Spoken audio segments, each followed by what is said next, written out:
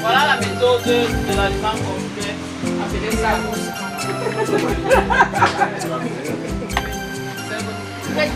C'est bon. Elle est très bonne là. Ça veut dire que c'est bien. C'est pas encore cuit. Ça vaut la peine. Oui, je trouve ça intéressant, très intéressant. Oui. Nous allons recevoir aujourd'hui dans notre site les apprenants qui vont venir participer à notre formation que nous avons organisée depuis 2 semaines. Cette formation, c'est aujourd'hui et elle va débuter à 10h30. Je suis accompagné aussi de 2 personnes spécialisées dans le domaine, ce même domaine que je fais, qui vont tout à l'heure se présenter. Je suis Assomo Sonia Patricia, ingénieure des travaux spécialisée en production animale. Je suis dans un partenariat avec M. Eboué, chef de l'entreprise Élevage Plus du Cameroun. Mon apport dans son entreprise est de lui apporter la technicité dans tous les domaines d'élevage qu'il pratique dans sa ferme.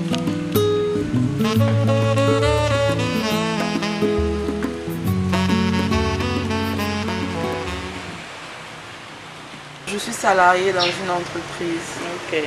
Vous avez déjà un site ou vous voulez le faire à la maison? J'aimerais le faire à la maison. J'aimerais expérimenter d'abord avec peut-être 1 ou 2 bacs, voir ce que ça donne, histoire de me faire la main, avoir de l'expérience avant d'agrandir éventuellement. Ok. On va vous donner, vous tous là, aujourd'hui, l'occasion d'expérimenter. Cette partie des présentations est très importante. Les apprenants se présentent et chacun donne ses difficultés pour ceux qui ont eu à élaborer pour pouvoir rentrer avec l'essentiel, car c'est très important de connaître les difficultés de tout un chacun. Je suis flatté, je viens non pas pour découvrir, mais apprendre et faire de cela. Gisèle Mengue, je viens de Douala, je fais du placement. Parce que moi je vous suis depuis des mois. J'ai parcouru plusieurs groupes, mais Maison d'Anneton m'a séduit et j'étais dans le groupe.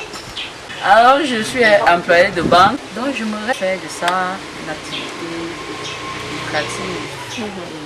Comme j'aime même déjà les Annetons, moi c'est ma première cliente. Et j'ai jamais fait d'expérimentation, jamais. Donc c'est la première fois. Donc vous tous vous allez expérimenter. Et je me faire ça à la maison. Déjà, le conseil que je peux vous donner, pour ceux qui sont déjà lancés ou alors pour ceux qui envisagent de se lancer, ne soyez pas pressés. Le cycle ici est très court. Quand toujours vous avez déjà le fausse, c'est bien. Mais après d'avoir eu le fausse, on fait quoi avec? Qu'est-ce qu'on fait avec ça? On mange. D'autres vont manger, d'autres vont vouloir vendre directement. Ce qui nous tue, c'est lorsque on lance notre élevage aujourd'hui. Demain déjà, on cherche déjà les acheteurs. On commence à contacter tout le monde sur les pages Facebook. J'ai 5 kilos de fausse là. J'ai 30 kilos de fausse. Je veux que le mois prochain, tu viennes prendre ma position pour vendre. Fais dépenser 150 000, 200 000, 500 000 pour faire ton site ou alors tes petits box là. Si lors de la récolte, ton résultat te donne peut-être, disons même 100 000, donc tu as dépensé 500 000 et tu veux vendre toute ta récolte là. C'est ensemble. 100 à 300. 300 à 300. Donc ceux qui ont des élevés là, ils sont où? Moi. Même pas. Seulement 2 personnes. Par an ou par... Par contre, c'est ça? Seulement 2 personnes qui ont élevé. Cycle de vie. Par cycle de vie. Il y a la dame aussi qui a élevé.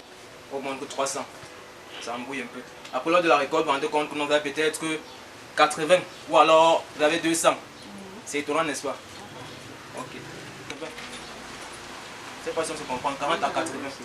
Donc le minimum, si on prend le minimum 40, peut-être fois 5 couples, on a forcément le nombre qu'on peut avoir, soit 200. Si vous mettez 6 couples, 40, le minimum, toujours, fois 6, fois 7, fois 10. C'est le nombre qu'on peut retrouver dans les box. C'est aussi en fonction de l'aliment que vous mettez dans le box qui peut aussi favoriser l'éclosion des œufs. Vous devez avoir des forces de 30 jours. C'est ça le processus pour élever, non? Donc supposons que vous les retirez au bout de la 2e semaine, vous remettez d'autres. Vous aurez des forces qui n'ont pas le même ail. Forcément, le substrat que vous avez mis ne peut pas être nécessaire à toute cette quantité-là, puisque la quantité que vous mettez, c'est par rapport à une quantité de reproducteurs qui vont prendre une quantité d'œufs précise. Donc quand c'est atteint, vous retirez pour que le substrat puisse être utilisé. Sinon, vous allez vous retrouver avec des nœuds à tout moment.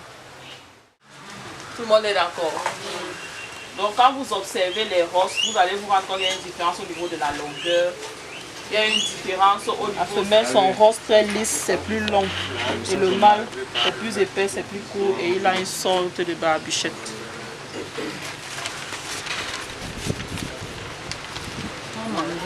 Oui. Ça c'est le mâle. Quand on a un enfant, On ne laisse pas dans tous les comprends états. le mot patience. Oui, il se consomme. Même dans cet état, on le consomme, dans cet état, on le consomme, dans cet état, on le consomme. Ici, il y a... Mais on consomme même le... Oui, c'est cette taille-ci que vous devez avoir après votre élevage. Il est très important de montrer le gabarit que nous devons avoir lors de nos récoltes pour éviter les récoltes prématurées. Chez grillage, soit un simple hangar comme ça. Ça dépend de vous, ça dépend des moyens que vous avez. Le plus important dans la préparation du site, c'est de créer la température ambiante dont le FOS et le charançon ont besoin pour que votre élevage soit rentable. Voilà le plus important. Même en bas de ça, vous pouvez le faire. Si vous arrivez à créer cette température. Et elle doit être hypo, pas hyper. Elle doit être hypothermique, pas hyper.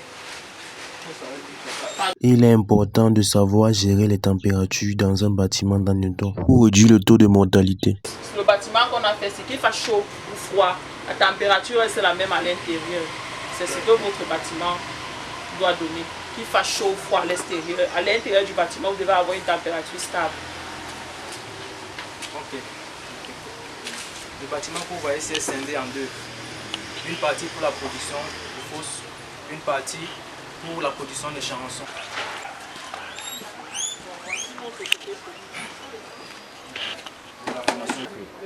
Il faut ça. S'il n'y a pas ça dans le box, Voilà pour avoir présenté un peu un site. votre cycle va être vraiment réduit. Donc vous allez continuer avec le surboué. Ça, c'est le Oui, box. oui, c'est vous. On donne des dimensions. Ça prend deux. Si on en Bon, ça passe. c'est un avec un petit. Il y a les petits box là. Un avec un petit. Ici là, c'est deux. C'est transparent, n'est-ce pas? Parce qu'on met l'aliment à l'intérieur. Peu importe ce que vous mettez comme substrat. Si pas méga. Voici le plus difficile dans l'élevage des chenilles blanches, connaître les différents rôles des box avant de les employer et le type de bâtiment qui va avec. Un détail à ne pas négliger. Nous devons savoir que chaque bâtiment a un box qui lui convient. Et nous avons plusieurs types de box dans l'élevage des chenilles blanches. Nous avons les box transparents, les box circulaires moyens, les box circulaires asiatiques. Donc font les formations, peut-être font l'élaboration avec le manioc. Ils ne savent pas quel manioc il faut prendre d'abord. Quel manioc il faut prendre. Vous savez qu'on fait le carburant le manioc? Oui. Vous savez. Ça contient l'acide cyanidique plutôt. Donc c'est un truc toxique. Si vous prenez le manioc qui n'est pas bon, vous mettez en incubation. Vous trempez dans votre substrat 2-3 jours. Ce qui dégage d'abord là, ça tue d'abord ça. Ça tue. Ah, il y a un forum. Ok. Ça va avaler l'eau. Quand même, derrière la voie, on va faire ça.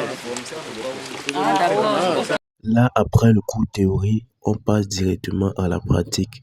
Là, c'est la première méthode qui est la méthode avec le manioc. Tout à l'heure, nous avons parlé comment sélectionner le bon manioc. Donc ici, les apprenants ont bénéficié de comment faire pour sélectionner le bon manioc avant la mise en bac. C'est très important de savoir. Les quantités d'eau sont très importantes et la qualité, rien n'est à négliger dans ce domaine. Dès lors qu'ils sortent des cocons, on les sépare. Oui, il faut les séparer, sinon ils vont Jusqu'au jour qu'on veut fatiguer. les mettre, jusqu'au moment qu'on veut les Donc, mettre. et il y a ce sans s'arrêter. Si on ne les Oui, sépare non. pas. C'est leur travail. C'est leur vie. C'est pourquoi les gars sont C'est pour ça qu'on dit qu'ils fatiguent les femelles. Donc quand vous faites la transformation, dès qu'ils commencent à sortir des cocons, vous séparez. Quand vous voulez, donc si vous voulez faire, vous pouvez même... Le sexage, une partie très très importante. Vous voyez, les apprenants sont en joie lorsqu'on parle de sexage. Voilà un apprenant qui dit que c'est leur travail, c'est leur travail. Donc c'est une partie à ne pas négliger. Si vous ne parvenez pas à distinguer le mâle et la femelle, vraiment, il est difficile d'avoir un résultat. Très très difficile. Donc, il faut mettre l'accent. Rouge, jaune, machin là.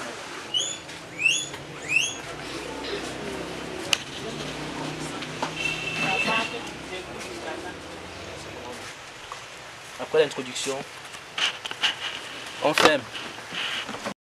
Pour un apprenant, il est très important de connaître plusieurs méthodes d'élaboration. Voici la méthode avec la canne à sucre. Cette méthode avec la canne à sucre a une grande particularité au niveau de la grosseur des fosses.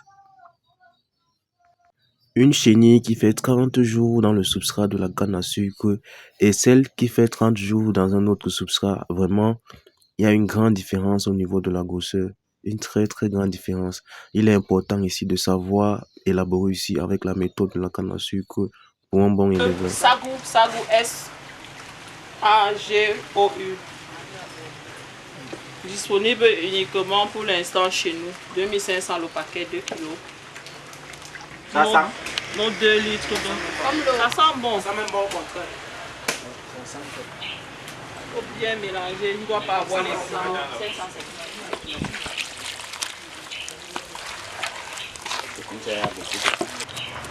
On va ajouter un peu d'eau, c'est légèrement dur. On se rend compte que 5 coups là, ce n'est pas rien. Ils vont compter comment ils sont nombreux, quand ils vont finir. La tête est orange. Parce qu'ils muent pendant le développement.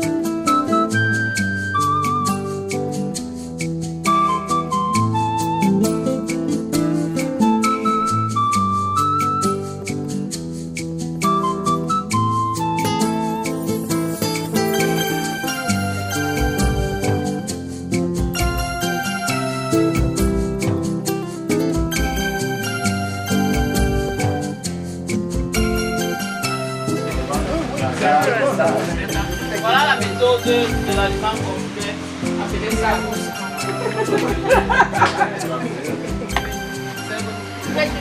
C'est bon. Non, elle est très bonne là. Ça veut dire que c'est bien. C'est pas encore cuit. Ça vaut la peine. Vraiment. Je trouve ça intéressant, très intéressant. Oui. Très intéressant. C'est ma première fois et là je suis satisfait. Ça veut dire que vous avez découvert plein de choses aujourd'hui. Beaucoup de choses que j'ignorais avant. Donc là maintenant je serai plus satisfait quand je vais entrer à l'œuvre. Ok, super. Je la trouve pédagogique et bien faite.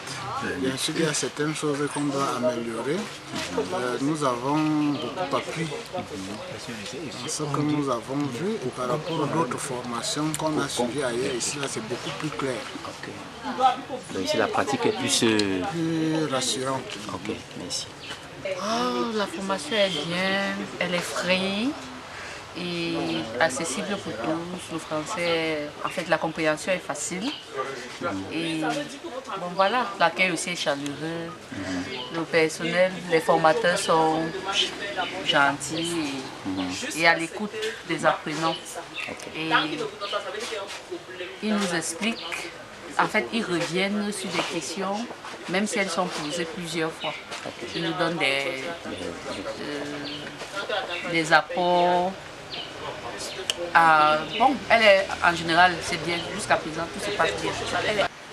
Comme vous pouvez le voir sur notre plaque, on vous a montré le cycle de vie de l'anoton.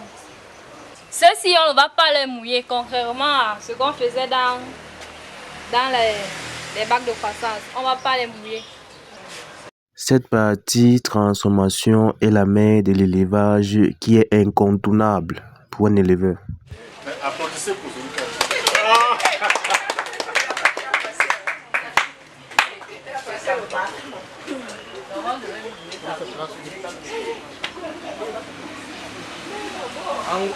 Angona Jean Dibando.